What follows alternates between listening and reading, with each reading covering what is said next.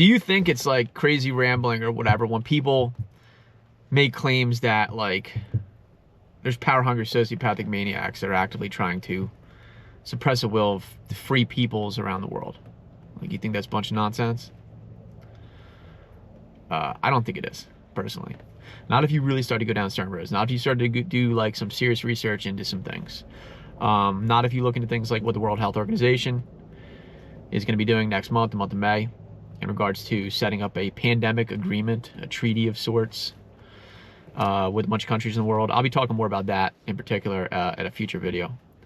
Not if you look at things like what the WEF, the World Economic Forum, has been trying to push on the world for a number of years now. Not if you look at things like the Bank of International Settlements, and other like main central banks around the world, and what they're trying to do with central bank digital currency, which is a nightmare just waiting to happen. All right. So not if you look at things like those and some other things, I would say. All right. Sometime back, I decided to I was in a weird spot in my life or whatever, and I just wanted to look down certain roads. I wanted to do a deep dive and see what was kind of behind the scenes in the corridors of power. All right. And if you really go down those roads, you really go down those rabbit holes, it will take you to a dark place. It will take you to a dark place because it's very disturbing how things really do work. All right. In my studies, I came across a young lady by the name of Whitney Webb. Whitney Webb is an investigative journalist.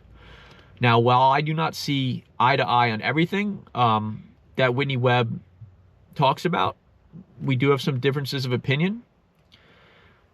I will say that she is super on point and absolutely does her homework with the stuff that she talks about. I'm sort of convinced she might be a genius and that she has a photographic memory, because she can recite stuff off the top of her head, having to do with names, events, people, places, things that I've never seen her equal. All right. And she's a wealth of knowledge about things. And she makes a case that basically way more things than we're aware of are influenced by blackmail when it comes to the high echelons of power in the world. All right. She basically makes a case that that's the case. And she says that this is something that started a while back. But she says that things that having to do with Epstein and now P. Diddy possibly probably do go on more than we're aware of. All right. So when you've got guys like Epstein that people believe he was running like a compromise operation where he was actively working to blackmail individuals to gain leverage over them. And again, they're saying this now about Diddy. I don't know. Okay. There's way more of things sort of like that go on, at least in regards to just the powers that be having dirt on other people in power and being able to pull their strings with that information. And it's creating an insane situation, all right, in the world.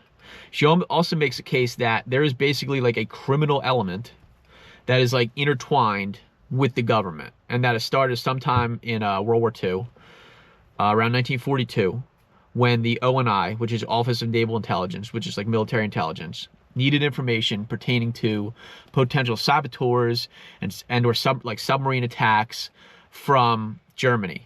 All right, that they were worried, that Germany might try to hit the eastern seaboard somewhere. So in order to get information about that, they needed access to the people that had that information, which were the dock workers in New York City. The dock workers at that time were controlled by organized crime. All right. So back then they called this Operation Underworld. All right.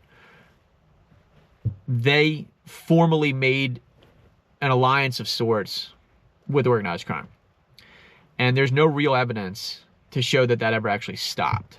All right. If anything, it kind of escalated over the years. So she talks about this type of stuff. Now, that all being said, there's still, thankfully, solid, good, God-fearing individuals, morally sound people in, I would say, every branch of government, in every department of government that exists, that are actively trying to go against and push back against this evil that's going on. And we owe them a ton of gratitude for that. All right. But what I believe as a Christian, all right, and as a follower of Christ, I believe this gets deeper. This is like a spiritual war. All right. That might sound crazy to you, but it's really not. All right. So there's a biblical verse in Ephesians 6:12. It says, "For we wrestle not against flesh and blood, but against principalities, against powers, against the rulers of the darkness of this world, against spiritual wickedness in high places." All right. So if you think about it, with all the insanity that's been going on in the world recently, like a lot of people think that it's like a cabal of like seriously morally corrupt people that sit in a back room and smoke cigars and make all these decisions that are royally screwing up our world. I think to maybe a lesser extent that might be the case, but if it was so, people are so poor at being with the ability in regards to the ability of being able to keep a secret. For us to not be able to zero in and pinpoint like the exact people, this quote cabal, and really be able to zero in and really like understand who it is and zero in on those people.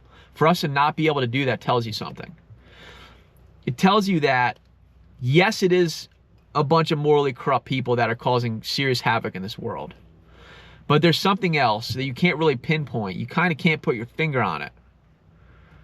That's behind them that are like pulling their strings. Because there for sure are people in this world that are morally compromised, that are willing to do nefarious type things to attain more power. And dark forces that exist absolutely are willing to play ball with those people. And you might think that sounds like a bunch of crazy nonsense, but it's not. All right. So she talks, Whitney Webb, getting back to her, she talks about a gentleman by the name of Bruce Hemings, who's a former CIA officer and Iran-Contra whistleblower, in a book that she wrote called One Nation Under Blackmail. I'm going to read this quote. It's very interesting. And mind you, this is from 1990, so this is like 34 years ago. Just think of where things could be at right now. All right, so it goes. Who are these people? They are the group that is popularly called the Enterprise. They are in and outside the CIA.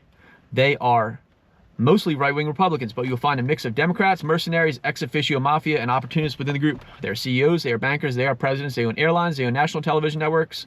They own 6 of the 7 video documentary companies of Washington, D.C., and they do not give a damn about the law or the Constitution or the Congress or the oversight committees except as something to be subverted and manipulated and lied to. They abhor sunlight and love darkness. They deal in innuendo and character assassination and planted stories. The incomplete thought and sentence. They burn and shred files if caught. They commit perjury, and when caught, they have guaranteed sinecures with large U.S. corporations. If you let them, they will take over not only the CIA, but the entire government and the world, cutting off dissent, free speech, a free media, and they will cut a deal with anyone, from the mafia to Saddam Hussein if it means more power and money. They stole $600 billion from the SNL and then diverted our attention to the Iraqis. They are ripping off America at a rate never before seen in history. They flooded our country with drugs from Central America during the 80s, cut deals with Haro in Mexico, Noriega in Panama, and the Medellin and Cali cartels in Castro, and recently the Red Mafia and the KGB. They ruin their detractors and they fear the truth. If they can, they will blackmail you. Sex, drugs, deals, whatever it takes. So think about all that.